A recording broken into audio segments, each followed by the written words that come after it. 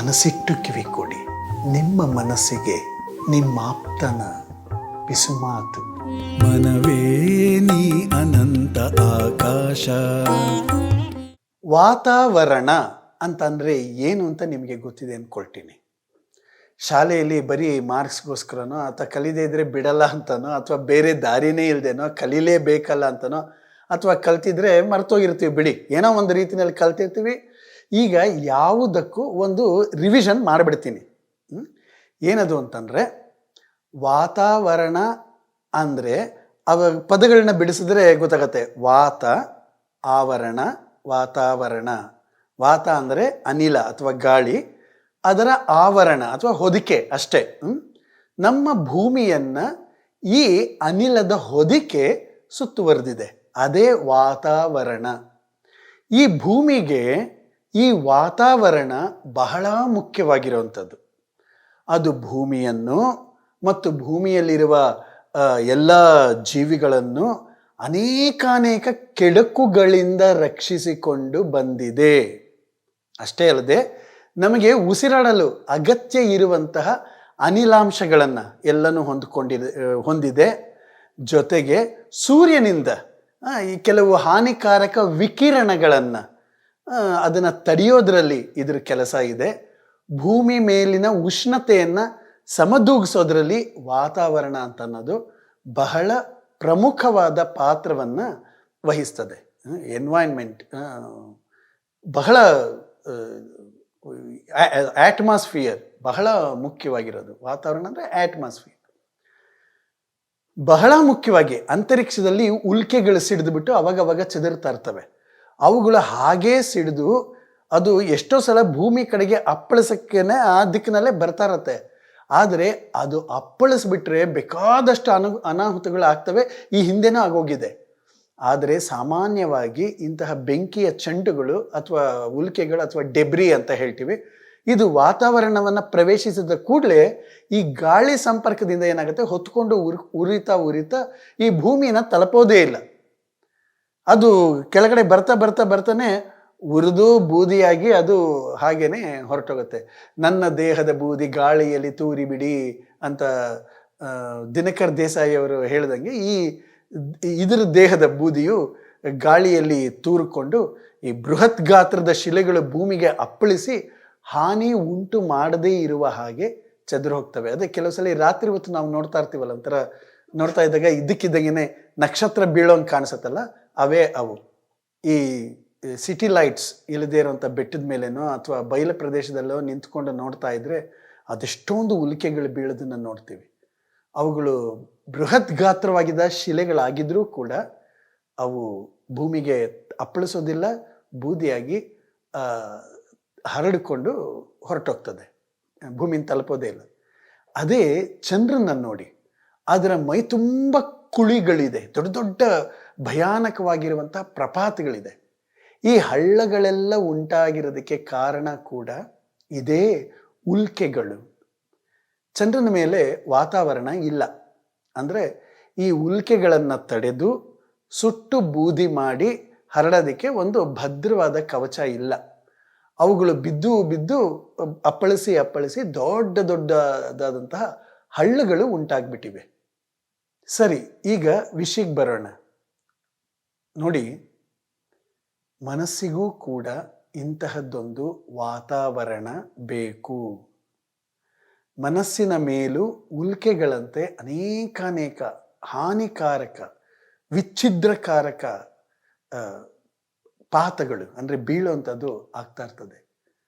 ಅವುಗಳು ಎಂಥದ್ದು ಅಂದರೆ ವಿಷಯಗಳು ಬೀಳ್ತವೆ. ಉಲ್ಕಾಪಾತ ಆಗುವ ಹಾಗೆ ಇಲ್ಲಿ ವಿಷಯಾಪಾತಗಳು ಆಗ್ತಾ ಇರ್ತವೆ. ಅದರಿಂದ ಮನಸ್ಸಿಗೆ ಮರ್ಮಾಘಾತ ಆಗ್ತಾ ಇರ್ತದೆ.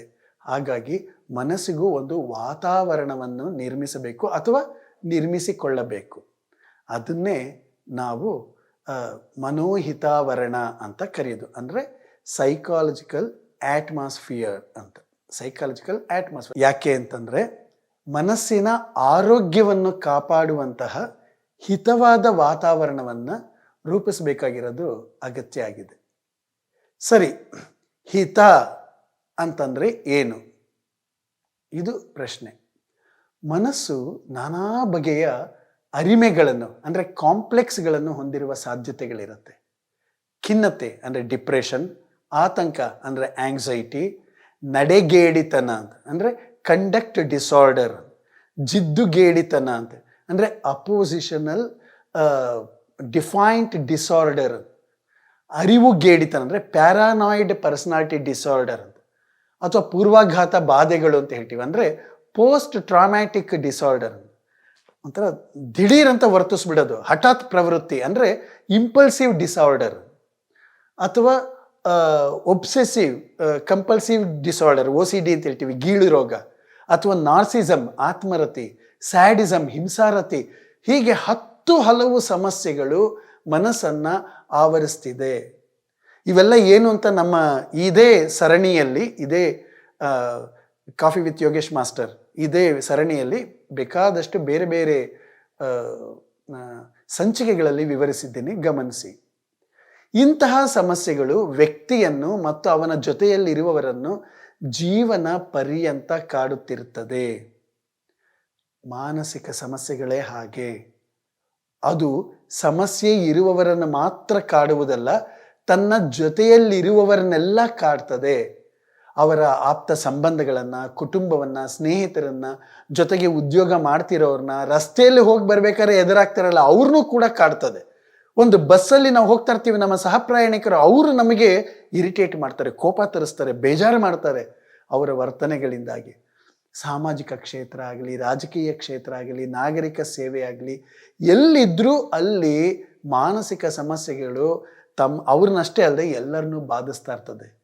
ಸಂಬಂಧಗಳ ಮೇಲೆ, ಕೊಳ್ಳುವ ವ್ಯವಹಾರದ ಮೇಲೆ, ಕಲಿಕೆ ಮೇಲೆ, ಕೆಲಸದ ಮೇಲೆ, ನಾವು ಕೆಲಸ ಮಾಡುವಂತಹ ಉತ್ಪನ್ನಗಳ ಮೇಲೆ, ಸೇವೆಯ ಫಲಿತ ರಿಫ್ಲೆಕ್ಷನ್, ನಮ್ದು ಏನು ನಾವು ಮಾಡಿರೋ ಸರ್ವಿಸ್ದೊಂದು ರಿಫ್ಲೆಕ್ಟ್ ಆಗಿರ್ತಲ್ಲ ಅದ್ರ ಮೇಲೆ, ಹೀಗೆ ಪ್ರತಿಯೊಂದ್ರ ಮೇಲೂ ಕೂಡ ಪರಿಣಾಮ ಬೀರ್ತಾ ಇರ್ತದೆ. ಹಾಗಾಗಿ ಮಾನಸಿಕ ಸಮಸ್ಯೆಗಳನ್ನು ಹಗುರವಾಗಿ ತೆಗೆದುಕೊಳ್ಳಬಾರದು.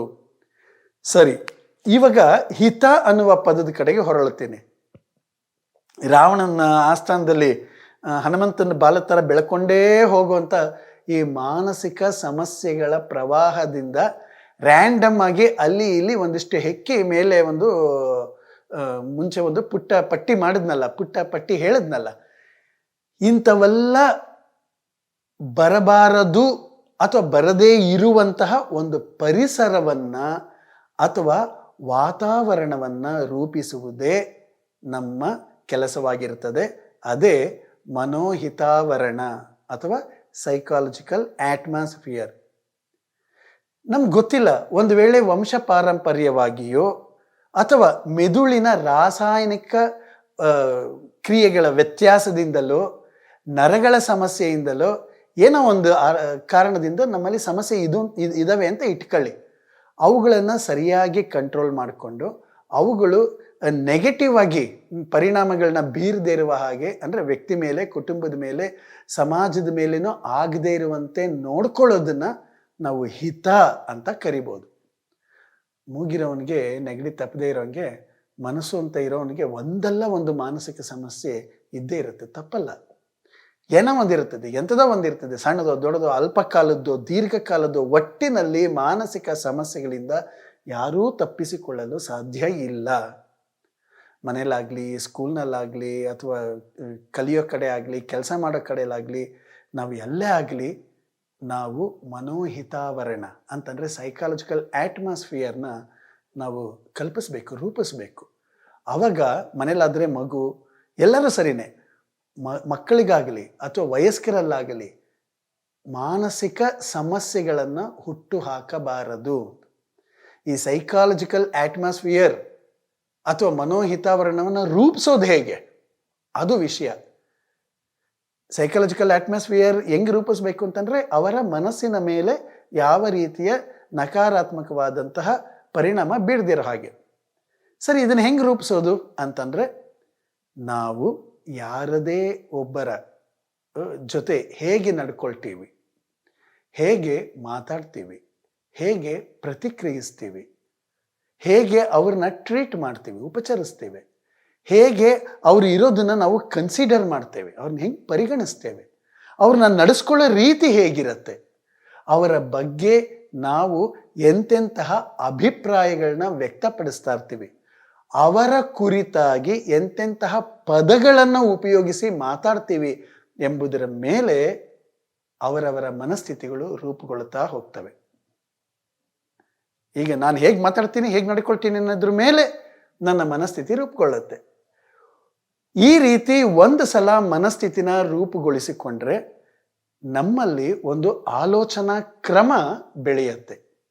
ಈ ಆಲೋಚನಾ ಕ್ರಮ ಒಬ್ಬ ವ್ಯಕ್ತಿಯ ಧೋರಣೆ, ಪ್ರಜ್ಞೆ, ಎಚ್ಚರಿಕೆ ಅಂದರೆ ಜಾಗೃತಿ, ಬ್ಯಾಲೆನ್ಸ್ಡ್ ಮೈಂಡ್ ಸೆಟ್ಟು, ಆರೋಗ್ಯಕರ ದೃಷ್ಟಿ, ಬಹಳ ಮುಖ್ಯವಾಗಿ ಕ್ಲಾರಿಟಿ, ಸ್ಪಷ್ಟತೆ ಎಲ್ಲವನ್ನು ಕೂಡ ಅದು ಒಳಗೊಂಡಿರುತ್ತೆ. ಆವಾಗ ಬೇರೆಯವರ ನೆಗೆಟಿವ್ ಧೋರಣೆಗಳಾಗಲಿ ಅಥವಾ ಯಾವುದೇ ವ್ಯಕ್ತಿಯ ಇಂಪ್ರಾಪರ್ ಬಿಹೇವಿಯರ್ ಆಗಲಿ ಅಥವಾ ನಮ್ಮನ್ನು ಟ್ರೀಟ್ ಮಾಡೋ ರೀತಿಯಲ್ಲಿ ವ್ಯತ್ಯಾಸಗಳಾಗಲಿ, ಸಂಘರ್ಷ ಆಗಲಿ, ವ್ಯಕ್ತಿಗಳಿಂದಾಗಲಿ, ಸನ್ನಿವೇಶಗಳಿಂದಾಗಲಿ ಯಾವುದೇ ರೀತಿಯ ನಕಾರಾತ್ಮಕವಾಗಿರುವಂತಹ ಪ್ರಭಾವ ಬೀರೋದಿಲ್ಲ, ನಮಗೆ ಬಾಧಿಸೋದಿಲ್ಲ. ಹಾಗಂತ ಬೇಸರ ಆಗೋದಿಲ್ಲ, ದುಃಖವೇ ಆಗಲ್ಲ, ಕೋಪನೇ ಬರಲ್ಲ, ಅಥವಾ ಡಿಪ್ರೆಷನ್ಗೆ ಒಳಗಾಗೋದೇ ಇಲ್ಲ, ಆತಂಕನೇ ಆಗಲ್ಲ, ಭಯವೇ ಇರಲ್ಲ ಅಂತ ಅಲ್ಲ. ಅವೆಲ್ಲ ಆಗ್ತವೆ. ಭಯ ಬರುತ್ತೆ, ಬೇಜಾರಾಗತ್ತೆ, ಕೋಪ ಬರುತ್ತೆ, ಎಲ್ಲ ಬರುತ್ತೆ. ಆದರೆ ಅವು ಬರ್ತವೆ, ಹಾಗೇನೆ ಹೊರಟೋಗ್ತವೆ. ಬಂದಾಗ ಅವುಗಳೆಲ್ಲ ಬರ್ತವಲ್ಲ, ಅವುಗಳನ್ನು ನೋಡುವ ಬಗೆ ಬೇರೆ ರೀತಿಯಲ್ಲಿ ಇರ್ತದೆ. ಮೊದಲನೇದಾಗಿ ಅವುಗಳು ಇವೆ ಅನ್ನೋದನ್ನು ಒಪ್ಕೊಳ್ತೀವಿ. ಆಮೇಲೆ ಒಪ್ಕೊಂಡಿದ್ದಾದ ಮೇಲೆ ಅವುಗಳನ್ನು ನಿಯಂತ್ರಿಸುವ ಅಥವಾ ಹೋಗಲಾಡಿಸಿಕೊಳ್ಳುವ ಸಾಮರ್ಥ್ಯ ನಮಗೆ ಬರ್ತದೆ. ಅವುಗಳಿಂದ ಅಯ್ಯೋ ಹಂಗಾಗೋಯ್ತು, ಹಿಂಗಾಗೋಯ್ತು, ನಮಗೆ ಬದುಕೇ ಸಾಕು, ಈ ಜೀವನವೇ ಬೇಡ ಅಂತ ಆ ವ್ಯಕ್ತಿಯ ಸಹವಾಸವೇ ಬೇಡ ಅಂತೆಲ್ಲ ಅಂದ್ಬಿಟ್ಟು ಜೀವನ ಎಲ್ಲ ಗೋಳಾಡಿಕೊಂಡು ನನ್ನವರು ಯಾರೂ ಇಲ್ಲ, ಯಾರಿಗೆ ಯಾರು ಇಲ್ಲ, ಪ್ರೀತಿ ವಾತ್ಸಲ್ಯಕ್ಕೆ ಅರ್ಥವೇ ಇಲ್ಲ ಅಂತ ಹಾಡ್ಕೊಂಡು ಅಥವಾ ಆ ಥರದ ಹಾಡುಗಳನ್ನ ಕೇಳಿಕೊಂಡು ಗೋಳಾಡಿಕೊಂಡು ಇರೋದಿಲ್ಲ. ಅಷ್ಟೇ ಬೇಜಾರಾಗುತ್ತೆ, ದುಃಖ ಆಗುತ್ತೆ, ಕೋಪ ಬರುತ್ತೆ, ನಿರಾಸೆ ಆಗುತ್ತೆ, ಎಲ್ಲ ಆಗುತ್ತೆ. ಆದರೆ ಅವುಗಳನ್ನು ನಾವು ನೋಡುವ ದೃಷ್ಟಿ ಬೇರೆ ರೀತಿಯಲ್ಲಿ ಇರುತ್ತೆ. ನಾವು ಸೈಕಾಲಜಿಕಲ್ ಅವೇರ್ನೆಸ್ನ ಮತ್ತು ಸೈಕಾಲಜಿಕಲ್ ಆಟ್ಮಾಸ್ಫಿಯರ್ನ ಕ್ರಿಯೇಟ್ ಮಾಡಿಕೊಂಡ್ರೆ ಒಟ್ಟಿನಲ್ಲಿ ಹೀಗೆ ಅರ್ಥ ಮಾಡ್ಕೊಳ್ಳೋಣ. ಇಮ್ಯುನಿಟಿ ಪವರ್ ಅಥವಾ ರೋಗ ನಿರೋಧಕ ಶಕ್ತಿ ಇದ್ದು ವ್ಯಕ್ತಿಯ ದೇಹವು ಆರೋಗ್ಯಕರವಾಗಿ ಚಟುವಟಿಕೆಯಿಂದ ಇದ್ದರೆ ಏನೋ ಒಂದು ಕಾಯಿಲೆ ಕಸಾಲೆ ಬಂದ್ರೂ ಒಂದಿಷ್ಟು ಔಷಧ ಉಪಚಾರ ಮಾಡಿಕೊಂಡ್ರೆ ಹೊರಟೋಗತ್ತಲ್ವಾ. ಬಿದ್ದು ಎದ್ದು ಕುಯ್ಕೊಂಡು ಗಾಯನ ಎಂಥದೋ ಮಾಡ್ಕೊಂಡಾಗ ನೋವಾಗತ್ತೆ, ರಕ್ತ ಬರುತ್ತೆ. ಒಂದಷ್ಟು ದಿವಸ ಮದ್ದು ಗಿದ್ದು ಮಾಡಿಕೊಂಡ್ರೆ ಕುಯ್ಕೊಂಡಿರೋ ಗಾಯ ಕುಡ್ಕೊಳ್ಳುತ್ತೆ, ಗಾಯ ಆಗಿರೋದು ಒಣಗತ್ತೆ. ಅದೇ ಶರೀರದ ಆಂತರಿಕ ವ್ಯವಸ್ಥೆಯು ಒಂದು ವೇಳೆ ಅಷ್ಟೇನೋ ಆರೋಗ್ಯಕರವಾಗಿ ಇರಲಿಲ್ಲ ಅಂತ ಇಟ್ಕೊಳ್ಳಿ, ಅಥವಾ ಒಳ ರೋಗಗಳೇನಾದರೂ ಇದ್ದಾವೆ ಅಂತ ಇಟ್ಕೊಳ್ಳಿ, ಅಥವಾ ಬೇರೆ ಏನೇನಾದರೂ ಸೆಪ್ಟಿಕ್ ಆದರೆ ಸೋಂಕು ತಗಲಿತು ಅಂತ ಇಟ್ಕೊಳ್ಳಿ, ಗಾಯ ಒಣಗಲ್ಲ, ಸೀಳು ಕೂಡ್ಕೊಳ್ಳಲ್ಲ, ಅದು ಹುಣ್ಣಾಗ್ಬಿಟ್ಟು ವ್ರಣ ಆಗಿಬಿಟ್ಟು ತುಂಬ ಕಾಲ ಬಾಧಿಸತ್ತೆ, ಅಥವಾ ಇನ್ನೊಂದು ಬೇರೆ ದೊಡ್ಡ ರೋಗಕ್ಕೆ ಕಾರಣ ಆಗಬಹುದು. ಹೇಗೆ ಮನಸ್ಸಿಗೆ ಗಾಯ, ದೇಹಕ್ಕೆ ಗಾಯ ಆದಾಗ ವ್ಯತ್ಯಾಸಗಳಾಗ್ತವೋ ಹಾಗೆಯೇ ಮನಸ್ಸಿಗೆ ಗಾಯ ಆದಾಗಲೂ ಕೂಡ ವ್ಯತ್ಯಾಸಗಳು ಆಗ್ತವೆ. ಅದೇ ರೀತಿಯಲ್ಲಿ ನಾವು ನಮ್ಮ ಮನಸ್ಸಿನ ಆರೋಗ್ಯವನ್ನು ಕಾಪಾಡಿಕೊಂಡಿದ್ದರೆ ನಮ್ಮ ಮನಸ್ಸು ಹಾನಿಗೆ ಒಳಗಾಗುವುದಿಲ್ಲ. ಮನಸ್ಸಿನ ಆರೋಗ್ಯವನ್ನು ಕಾಪಾಡಿಕೊಳ್ಳುವಂತಹ ಅಥವಾ ಕಾಪಾಡುವಂತಹ ವಾತಾವರಣವನ್ನು, ಪರಿಸರವನ್ನು ನಿರ್ಮಾಣ ಮಾಡಿದ್ದೀವಿ ಅಂತಂದರೆ ನಾವು ಮನೋಹಿತಾವರಣ, ಸೈಕಾಲಜಿಕಲ್ ಆಟ್ಮಾಸ್ಫಿಯರ್ ರೂಪಿಸಿದ್ದೀವಿ ಅಂತಲೇ ಅರ್ಥ. ನಮ್ಮಿಂದ ಬೇರೆಯವರ ಮನಸ್ಸಿಗೆ ಅಥವಾ ಬೇರೆಯವರಿಂದ ನಮ್ಮ ಮನಸ್ಸಿಗೆ ಆಗದೇ ಇರುವ ಹಾಗೆ, ಸಮಸ್ಯೆಗಳಾಗದೇ ಇರುವ ಹಾಗೆ ನೋಡಿಕೊಳ್ಳುವುದು. ಒಂದು ವೇಳೆ ಈಗಾಗಲೇ ಯಾವುದೇ ಬಗೆಯ ಮಾನಸಿಕ ಸಮಸ್ಯೆ ಇದೆ ಅಂತ ಇಟ್ಕೊಳ್ಳಿ, ಅದನ್ನು ಹೋಗಲಾಡಿಸುವ ದಿಕ್ಕಿನಲ್ಲಿ ಕೆಲಸ ಮಾಡಿಕೊಂಡು ಅಥವಾ ನಿಯಂತ್ರಿಸಿಕೊಂಡು ಅದಕ್ಕೆ ಪ್ರತಿಯಾಗಿ ಸಕಾರಾತ್ಮಕವಾದ ಮತ್ತೊಂದು ಮನೋಭಾವವನ್ನು ಉಂಟು ಮಾಡಿಕೊಂಡು ವ್ಯಕ್ತಿಯ ಮನಸ್ಥಿತಿಯನ್ನು ಮರುರೂಪಿಸಿಕೊಳ್ಳುವುದಕ್ಕೂ ಆರೋಗ್ಯಕರವಾದಂತಹ ಮನೋಹಿತಾವರಣ ಅಥವಾ ಸೈಕಾಲಜಿಕಲ್ ಆಟ್ಮಾಸ್ಫಿಯರ್ನ ನಾವು ಕಟ್ಟಿಕೊಡಬಹುದು. ಒಂದು ವೇಳೆ ನಾವು ಇರುವ ಮಾನುಷ ಪರಿಸರದಲ್ಲಿ ವ್ಯಕ್ತಿಗಳು ನಮ್ಮ ಮನಸ್ಸಿಗೆ ಹಿತವಾದ ವಾತಾವರಣವನ್ನು ಕಟ್ಟಿಕೊಡದಿದ್ದರೆ ಏನು ಮಾಡೋದು? ನಮ್ಮ ಮನಸ್ಸಿನ ಸುತ್ತಲೂ ನಾವೇ ಆ ವಾತಾವರಣವನ್ನು ಆಂತರಿಕವಾಗಿ ರೂಪಿಸಿಕೊಳ್ಳಬೇಕು. ಅದಕ್ಕೆ ಕೆಲವು ತಂತ್ರಗಳಿದೆ. ಅದೇನು ಅಂತಂದರೆ, ನಮ್ಮ ಆಲೋಚನಾ ಕ್ರಮಗಳನ್ನು ನಕಾರದಿಂದ ಸಕಾರಾತ್ಮಕವಾಗಿ ತಿರುಗಿಸ್ಕೊಳ್ಳೋದು. ಯಾವುದು ನಮಗೆ ಬೇಡವೋ, ಯಾವುದು ನಮ್ಮ ವ್ಯಕ್ತಿತ್ವಗಳಿಗೆ, ಸಂಬಂಧಗಳಿಗೆ, ಬದುಕಿಗೆ ಅಗತ್ಯವಿಲ್ಲವೋ ಅದ್ರ ಬಗ್ಗೆ ಯೋಚನೆ ಮಾಡೋದಕ್ಕೆ ಹೋಗೋದು ಬೇಡ. ಯಾವುದು ನಮಗೆ ಬೇಕೋ, ಯಾವ ರೀತಿಯಲ್ಲಿ ನಮ್ಮ ಸಂಬಂಧಗಳು ಇರಬೇಕೋ, ಯಾವುದು ನಮ್ಮ ಬದುಕಿನ ಆನಂದಕ್ಕೆ ಮುಖ್ಯವೋ ಅವುಗಳ ವಿಚಾರವನ್ನು ಉದ್ದೇಶಪೂರ್ವಕವಾಗಿ, ಇಂಟೆನ್ಷನಲಿ ಮತ್ತು ಪದೇ ಪದೇ ಅಂದರೆ ರಿಪೀಟೆಡ್ ಆಗಿ ಮಾಡಿಕೊಂಡು ನಮ್ಮ ಆಲೋಚನಾ ಕ್ರಮಗಳನ್ನು, ಧೋರಣೆಗಳನ್ನು ಬದಲಾಯಿಸಿಕೊಳ್ಳುವ ತರಬೇತಿಯನ್ನು ನಾವು ಮನಸ್ಸಿಗೆ ಕೊಟ್ಟುಕೊಳ್ಳಬೇಕು. We have to train our mind.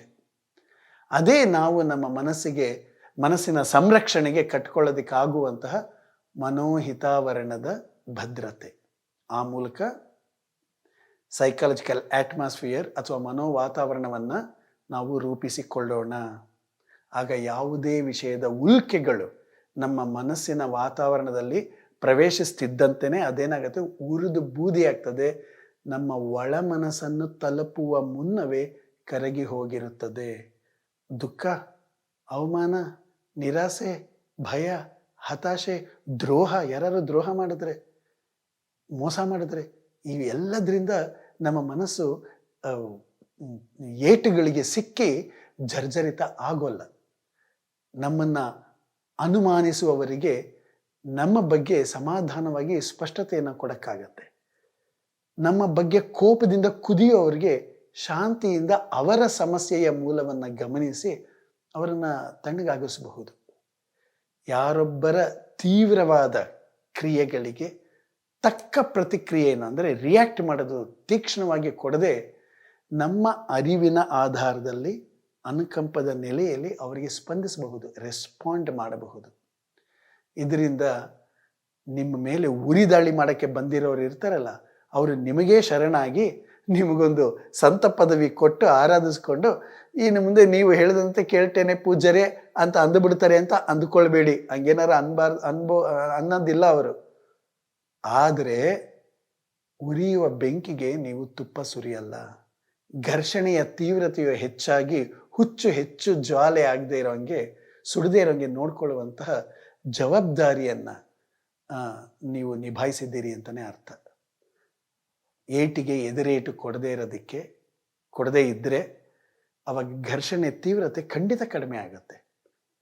ಸಮಯ ಸರಿದಂತೆ ನಮ್ಮಲ್ಲಿರುವಂತಹ ಸಂಯಮ ನಮ್ಮಲ್ಲಿ ಸಂವೇದನೆಯನ್ನು ಉಂಟು ಮಾಡುವ ಸಾಧ್ಯತೆಯನ್ನು, ಆ ವ್ಯಕ್ತಿಯಲ್ಲಿ ಕೂಡ ಸಂವೇದನೆ ಉಂಟು ಮಾಡುವ ಸಾಧ್ಯತೆ ಖಂಡಿತ ಇರುತ್ತೆ.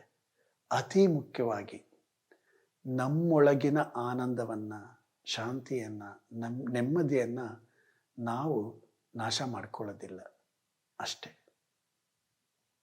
ಮನಸ್ಸಿರುವವರಿಗೆ ಮಾನಸಿಕ ಸಮಸ್ಯೆಗಳು ತಪ್ಪಿದ್ದೇನಲ್ಲ. ಹೃದಯ ಇರುವವರಿಗೆ ಭಾವನೆಗಳ ತೊಳಲಾಟವು ಕೂಡ ತಪ್ಪಿದ್ದೇನಲ್ಲ. ಸಂಘರ್ಷ, ಸಮಸ್ಯೆ, ಒತ್ತಡ, ಆತಂಕ, ಸಂಘರ್ಷ ಇವೆಲ್ಲವೂ ಇದ್ದೇ ಇರ್ತದೆ. ನಿಮ್ಮಲ್ಲಿ ಯಾವುದೇ ಪ್ರಶ್ನೆಗಳಿದ್ದರೆ, ಸಂದೇಹಗಳಿದ್ದರೆ, ಸಮಸ್ಯೆಗಳಿದ್ದರೆ, ಯಾರೊಂದಿಗೂ ಹೇಳಿಕೊಳ್ಳಲಾಗದಂತಹ ವಿಷಯಗಳು ನಿಮ್ಮನ್ನು ಕಾಡ್ತಾ ಇದ್ದರೆ ನೀವು ನಮ್ಮೊಂದಿಗೆ ಬಹಳ ಮುಕ್ತವಾಗಿ ಹಂಚ್ಕೊಳ್ಳಿ. ಹೀಗೆ ಹಂಚ್ಕೊಳ್ಳೋದ್ರಿಂದ ಏನಾಗ್ತದೆಯೋ, ಐಡೆಂಟಿಟಿ ರಿವೀಲ್ ಆಗಿ ಎಲ್ಲ ವಿಷಯಗಳು ಗೊತ್ತಾಗತ್ತೇನೋ ಅನ್ನುವಂತಹ ಭಯ ಬೇಡ. ನಿಮ್ಮ ಗೋಪ್ಯತೆಯನ್ನು ಕಾಪಾಡುವುದು, ನಿಮ್ಮ ಐಡೆಂಟಿಟಿಯನ್ನು ನಾವು ರಿವೀಲ್ ಮಾಡದೇ ಇರುವುದು ನಮ್ಮ ನೈತಿಕ ಹೊಣೆಗಾರಿಕೆ ಆಗಿರ್ತದೆ. ಹಾಗಾಗಿ ನೀವು ಈ ಕೆಳಕಂಡಂತಹ ನಂಬರ್ಗೆ ನೀವು ವಾಟ್ಸಪ್ ಮೆಸೇಜ್ ಮಾಡಬಹುದು ಅಥವಾ ವಾಯ್ಸ್ ನೋಟ್ ಕೂಡ ಕಳಿಸ್ಕೊಡ್ಬಹುದು. ಯಾರಿಗೂ ಹೇಳಿಕೊಳ್ಳಲಾಗದಂತಹ ನಿಮ್ಮ ಸಮಸ್ಯೆಗಳನ್ನು ಹೇಳ್ಕೊಳ್ಳಿ. ನಿಮ್ಮ ಬಗ್ಗೆ ಆಗಲಿ, ನಿಮ್ಮ ಸಂಬಂಧಗಳ ಬಗ್ಗೆ ಆಗಲಿ, ಅಥವಾ ನಿಮ್ಮ ಮನೆಯವರ ಮಕ್ಕಳ ಬಗ್ಗೆ ಆಗಲಿ, ಯಾವುದಾದ್ರೂ ಸರಿಯೇ. ಇದಕ್ಕೆ ಯಾವುದೋ ರೀತಿಯ ಒಂದು ಮಾರ್ಗೋಪಾಯ ಇರ್ತದೆ. ಸಾಧ್ಯವೇ ಇಲ್ಲ ಅಂತ ಅನ್ನುವಾಗ ಡೆಡ್ ಎಂಡ್ ಅಂತ ಏನು ಇರೋದಿಲ್ಲ, ಬೇರೆ ಕಿಟಕಿಗಳು ತೆಗೆದಿರ್ತವೆ. Thank you.